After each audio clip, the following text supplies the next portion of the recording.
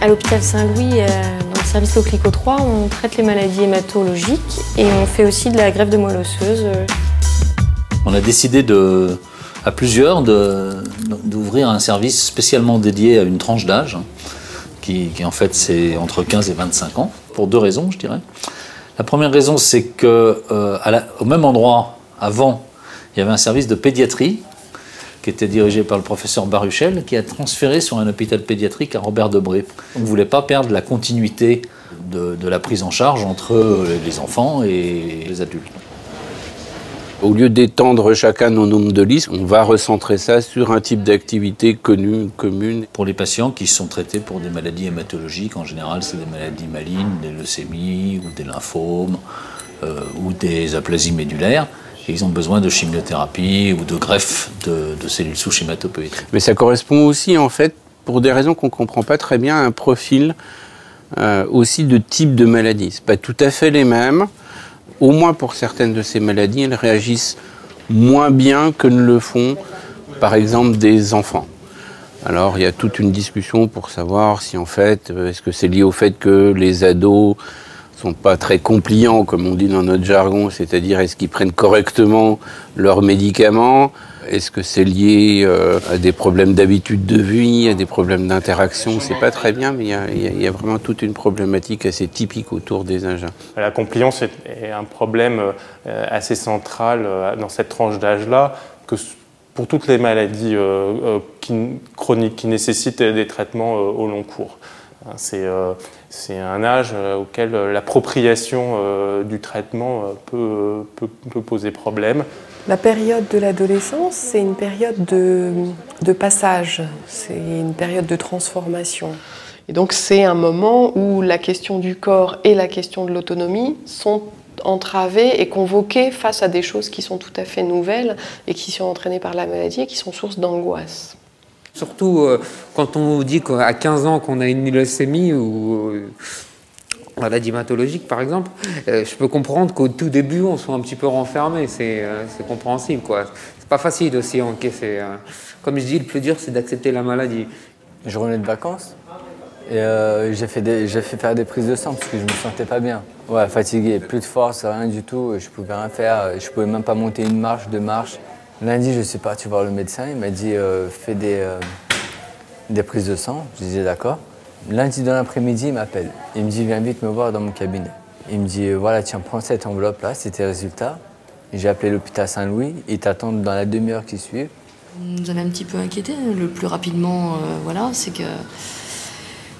Et bon, bah ici, elle a été prise en charge et puis quand ils ont fait le prélèvement de moelle osseuse, le diagnostic est tombé quoi, hein, c'était... Chaque patient est différent.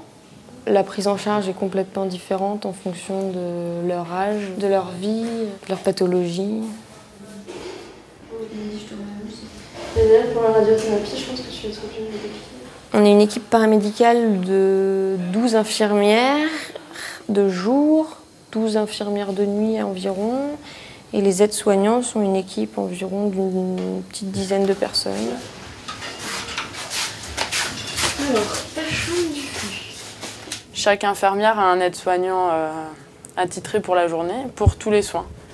Le matin, on les aide pour les constantes, ils font le bio-nettoyage avec nous. Le flux, c'est ça. D'accord. Donc c'est tout ce qui est là. C'est une organisation classique, c'est-à-dire qu'on a, au même titre que tous les services adultes, on a psychologue, assistante sociale, diététicienne et autres. On doit permettre à tout le monde de travailler dans de bonnes conditions.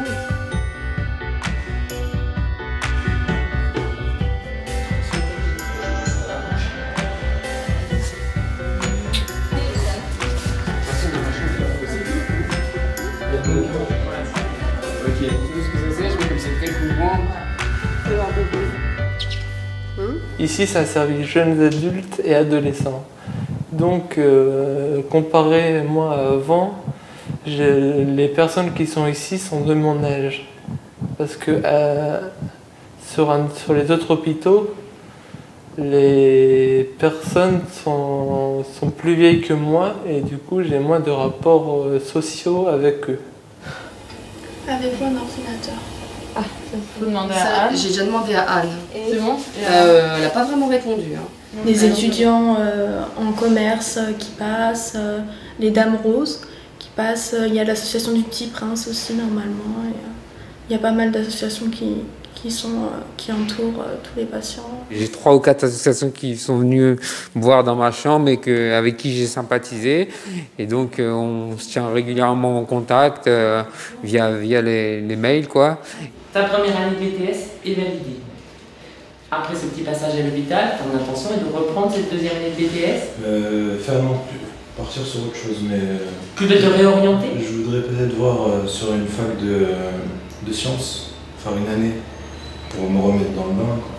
Si t'as mal au ventre, j'ai regardé la prescription et je sais que t'as mangé un kebab, donc que t'as du mal à digérer, donc je vais te faire un médicament. D'accord?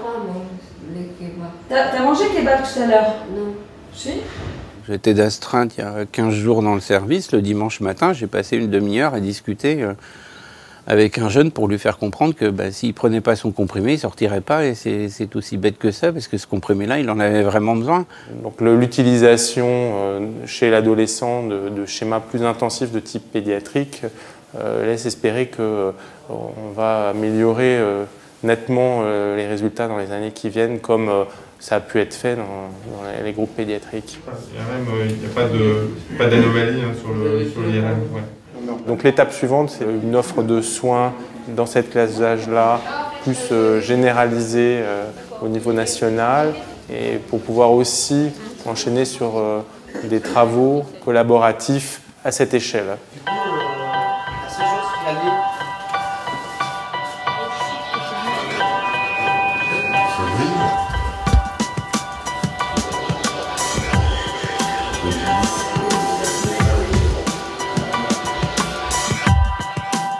Ça m'a beaucoup plu d'être là, ça m'a beaucoup aidé, ça n'a pas été très difficile pour moi.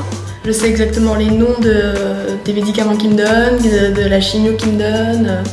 Même moi qui est dans une rechute, j'y crois toujours encore que ça se guérit bien. Ce qui est bien, c'est que tu rencontres plein de gens, les infirmières sont gentilles, les docteurs aussi sont gentils. Après, il y a les amitiés qui se font avec les autres patients. Et bon, l'important, c'est d'écouter les médecins, de bien se soigner, de prendre son temps et d'être entouré. Il a été